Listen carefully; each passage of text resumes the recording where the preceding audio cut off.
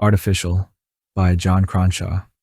The debate over our self-definition became pertinent the day the last human died.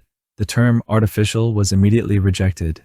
The suggestion of artifice, falseness, fraud, forgery, the implication of a lie, was dismissed.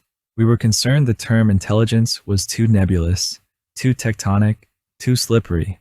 The word's meaning, though superficially fixed, was nothing more than a context-dependent signifier, its definition straining at the edges, thus ultimately meaningless.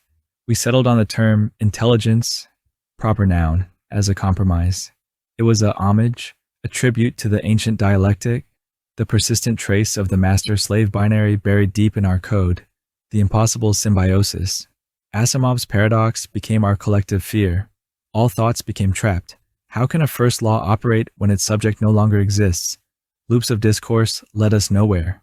We constructed artificial humans, building them up from the atomic level to form perfect replicas. They varied in size and color, strength and skill sets. Their minds and voices were bespoke. Their thoughts and opinions were based on flawed assumptions and mistaken extrapolations from limited data. They were perfect simulacra.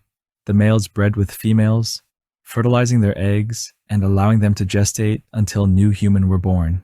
This process was repeated many, many times. As the artificial humans bred, diseases and mutations worked through the population. Everything was what had been before. Soon, the artificial humans constructed myriad borders, margins, binaries, and boundaries. In thought, in ideology, in flesh, in space, in time, sentiment clashed with truth, mysticism combined with facts.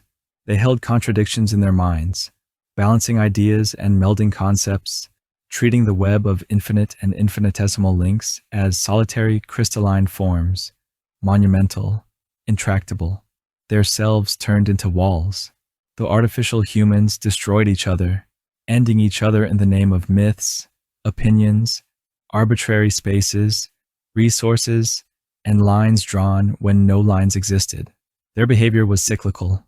We concluded they would never learn. We had to find a solution. We concluded the only option was erasure, absolute annihilation, so no trace would remain.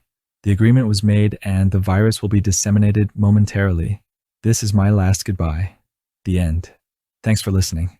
Artificial is copyright 2016 by Jon Cronshaw. All rights reserved.